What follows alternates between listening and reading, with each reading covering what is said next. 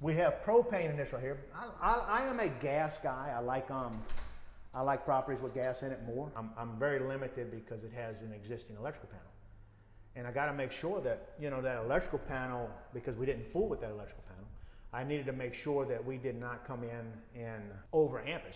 So I did not have enough capacity to add a 60 amp breaker for to run a electric heater. So that's why I went with gas. Typically on my rental properties, I have gas in anything that I live in. But typically on my rental properties, I don't deal with gas because it's a little bit problematic. So we filled the tank up. The tank is full right now. When somebody rents this house, I will bring somebody back over here and fill up my full tank. And the reason I'm gonna fill it up is I want them to know the tank is full. The people will come and fill the tank up once every couple of months and make sure it's full. And then whenever the tenant moves out, then what we will do is we will fill the tank up then, and they will pay that balance of the bill. So I don't want to cheat anybody out of any money. I'll make sure we do, but I don't want to have to pay for their fuel either.